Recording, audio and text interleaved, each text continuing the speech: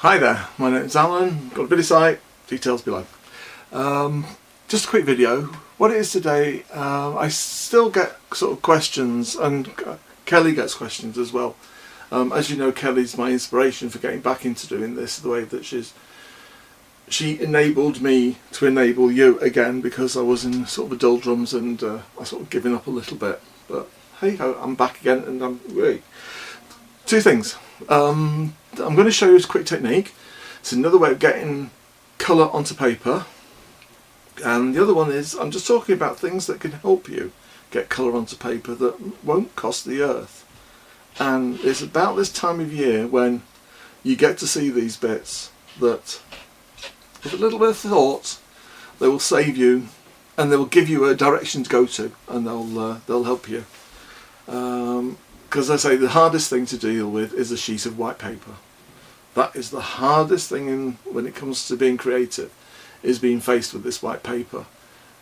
I have done it, I've looked at it and I've looked at it and I've looked at it, and I've gone away and I've made a drink and I've come back, I've looked at it again, gone and done something else, come back, and that sheet of white paper is still there. Once you get where you want to go with the paper and on that journey, it's fine. You're on that journey and you throw everything at it and you get totally involved in the project that you're dealing with it. But just making that first little step, as they say, the first baby step is always the hardest. That's like this with the white paper. Okay, so what I'm going to do now is I'm going to close this video bit down and then reposition the camera, and we'll take it from there. Okay, right, see you in a bit.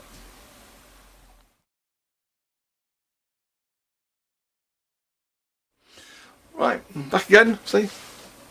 It's me. Now then. Oh, hang on.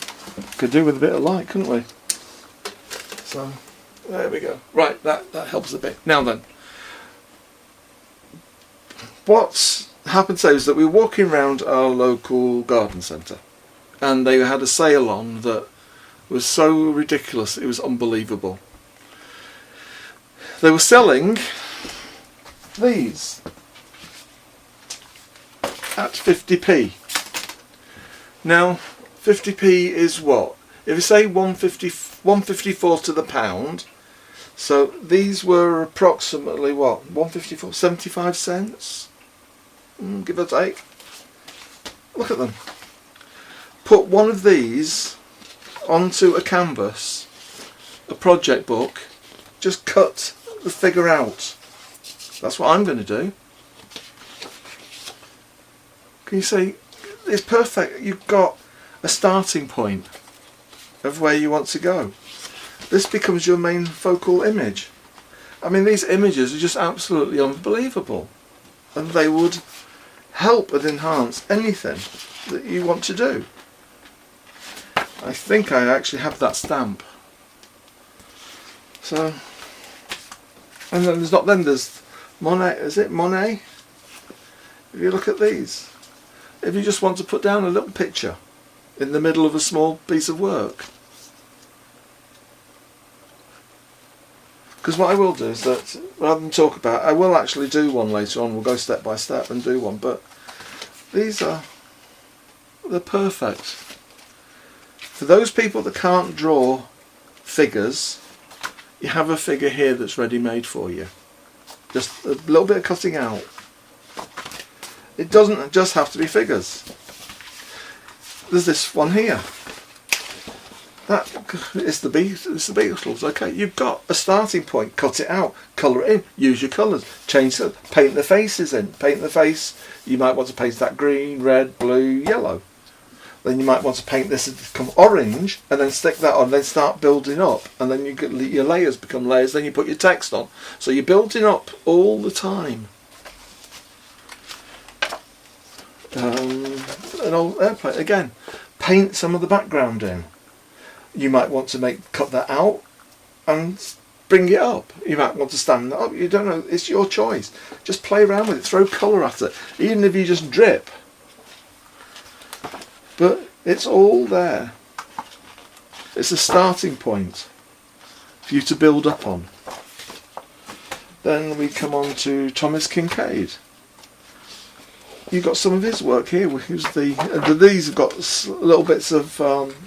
Well, you might want to cut this out, cut the phrase out, and use it on something else.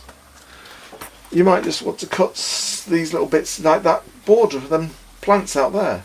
Cut it out and put that onto another layer onto a picture. You don't have to use the whole thing. You can just cut elements. Like they've got this horse here. Cut that out. Cut the barn out. Stick that on. Say, stick it on to that. So you're building up, and the background then becomes distorted. You just distort the background. Don't put the background on as it is. Distort it, colour it, embellish it, anything you want to do with it. Don't just stick somebody else's work down. You have to change. You're infringing on copyright then if you just use that and sell that, because that's somebody else's work. So, but you change it, you work with it, and you make it your own. I don't know what the ruling is regarding copyright. I'll have a look and see what I can find for you. But you have to alter to say the work is not yours. I'm sure we'll find out. Somebody will help us. So then you got, these are, is it Vermeer? Vermeer? I haven't a clue. But again, they're old classics. Cut these out. I collect these digitally, this type of image. I collect the figures digitally. So you can cut this out here. There's only text on the bottom, so what shall I do? Shall I cut one out now to show you what I mean? Let's have a look at the figure. I'll tell you what, I've got another calendar here, so this is on this one, right? Okay, let's have a look. Right, here's one. Nothing on the back. Rip it. Pair of scissors. Now, I'm not the world's greatest cutter-outer, but I have scissors that cut right to the end. And I just leave a little margin. This getting started is always the hardest bit. So if I come down here a bit so you can see what I'm doing. Just follow around me, say I'm leaving a margin.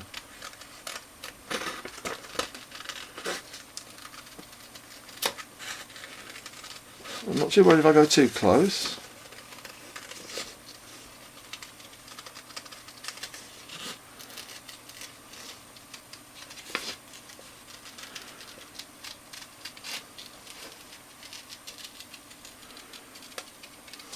There we go. And then we come around here. Because what I'll do is I'll just cut round here like that, because I can cut these out when I've finished the more intricate pieces. I can cut out later. All I want to do is just get this figure released from the background. So, there we go.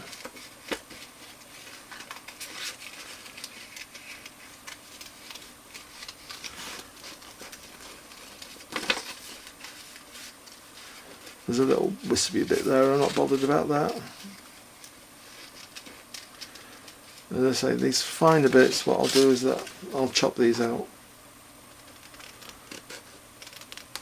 when I've got, when I've released most of the background. So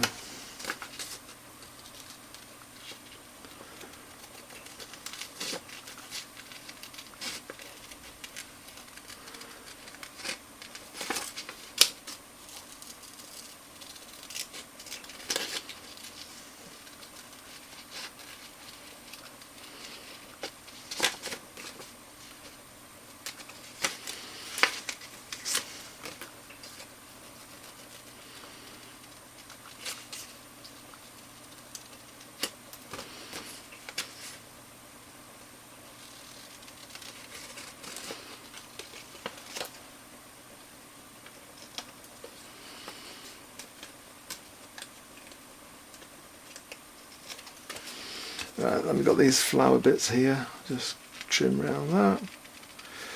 I mean, you can use a craft knife if you think that's easier for you.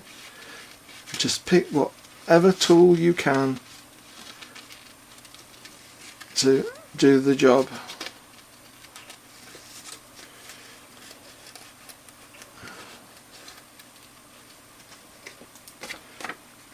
Just cut around here. Let's release this little bit up here.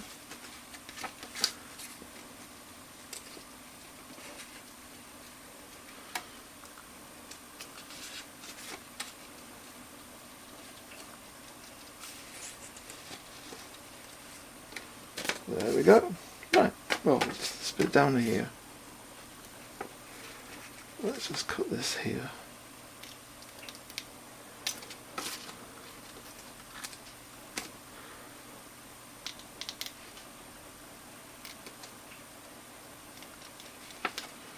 I go very quiet when I'm cutting out. I can't do two things at once. Now I've cut in a bit close there. Who cares?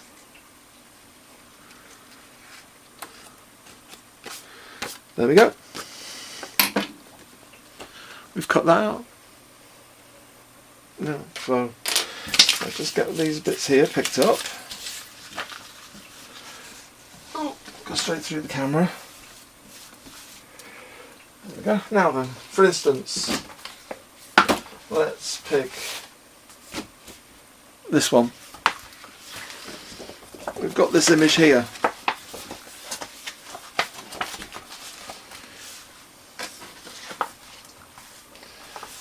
I know it's a quick, so you just think so.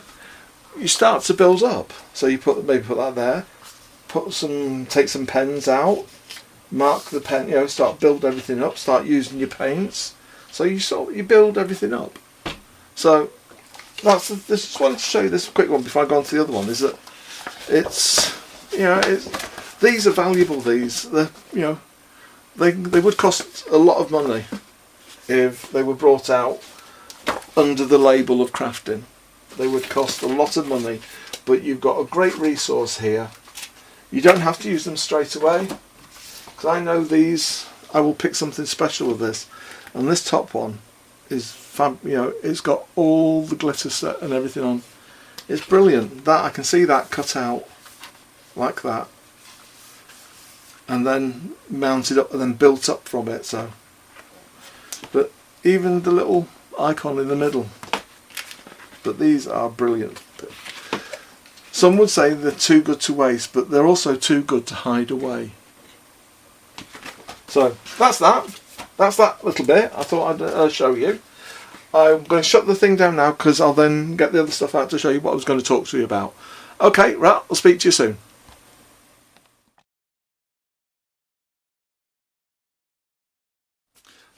Alright, back again. Now then, this is one of my many journals.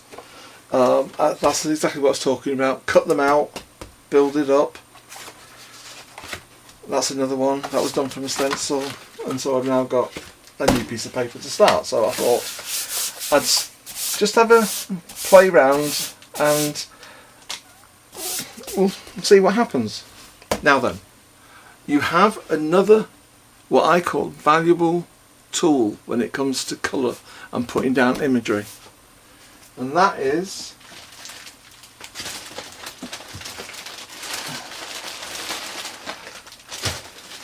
these things. Napkins. They're wonderful, and nowadays the designs on some of these napkins are absolutely brilliant. Again, I buy these off the internet. You could buy them so cheap. Now these are mostly 3-ply, and what I'll do is I've just bought some more today. But you know, like, who needs to be an artist when you've got these? You've got things like this. So you know, because even the design. Look at that. Who would have thought a napkin was like that? So, and you've got more. and you got them with the even got the photographs in. Now then, oh, I forgot to mention another great tool for putting things down are the old patterns. If you can collect these, if you get your hands on these, buy them. They've got all the marks and everything, lines. Go type up and just see if you can find on the internet. Lots of people use these. They're not expensive. Well, they weren't. However, like again, if certain companies got hold of these, they charge you an absolute fortune. So if you can, get hold of them. Charity shops, car boots, or you have yard sales? Anyway, them, brilliant. Now then, these are the ones that I bought today. They would cost me $3.50, so well, three times 154, whatever. But you'll find that your stuff is a lot cheaper than it is here. Now, when you buy them, when you buy your napkins, they're usually, your napkins is like that. How do you separate them? Honestly, it is easy. He says, and it's not working. So right, just quick blow, and then that's the first. Don't throw these layers away, because these soak up colour, and they're great for putting down because there's tissue paper. They soak up colour so well. And then the second piece.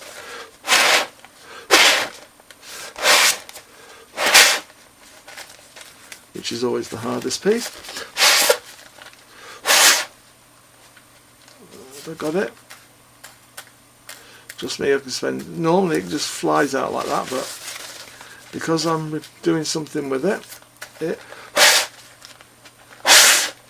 wants to waste its time. Oh, here we go. I knew I'd get the one out of the whole pack that doesn't want to be split. But trust me, they do split.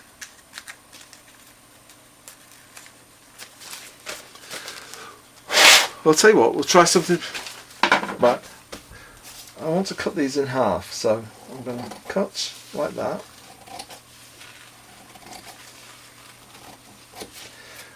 So maybe they will. Yeah, there we go.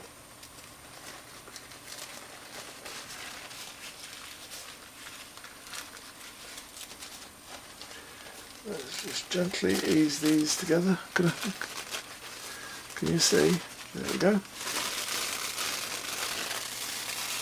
Now sometimes with the printing you'll find you get a second image there. Now that's very, very faint, but there's still an image there which, you know, it can be used, don't throw it.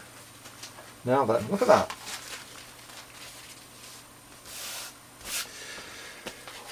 So, shall we just, again, being a bit careful, just go around the edges where so that we don't get it all. And then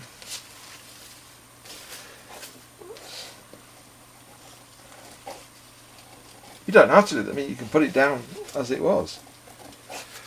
So, ordinary craft. This ordinary cheap. They use it in schools.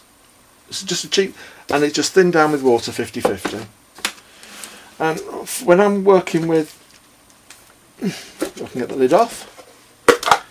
When I'm working with tissue paper, I do like to use a flat brush. It does make life a lot easier.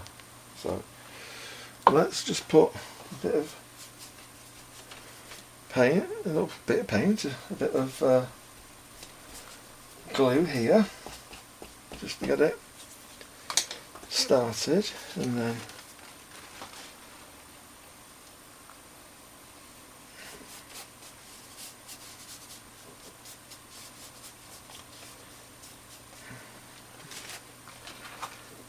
let's start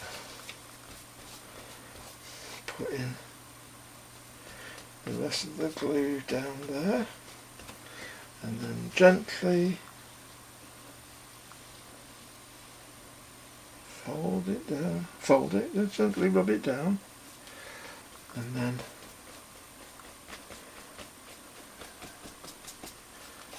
put your watered down glue on top. Try not to be, if anything, you want to dab it. Dabbing it will make it a lot easier. Be very gentle with it, because obviously you know yourself, tissue paper is very, very thin, and so it can and will tear. It doesn't matter if it goes crinkly. It adds to it. So you can, if I show this carefully, because I was quick, can you see there how I've managed to tear it? Maybe if I just zoom in a little bit, can you see how there I've managed to tear it? But just taking your brush, put it a bit more glue, and then just gently push it down into place. It's just a matter of taking your time, going around the edges. So I'll go back now a little bit, and just take your time.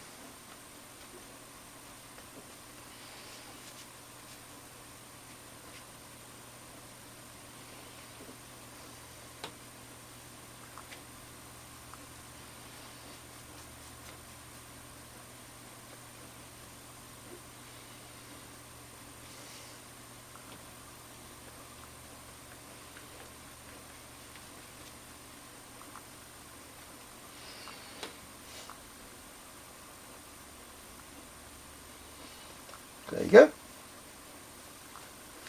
Right. How long would it have taken you to paint that? You've got a board. You've got something now. I must clean it. Now, how long would it have taken you to paint that? Now, obviously, I'm on a white sheet of paper here. You can put this on. You can paint your background and put this on afterwards. But you know, these are, you know, don't. I'm sort of getting lost in my words now, so I do apologise. But napkins are wonderful. This is, as I say, the second one I bought was this one today. This is a bit more poppy arty. Is that a word? Pop art? Yeah, a bit modern. If you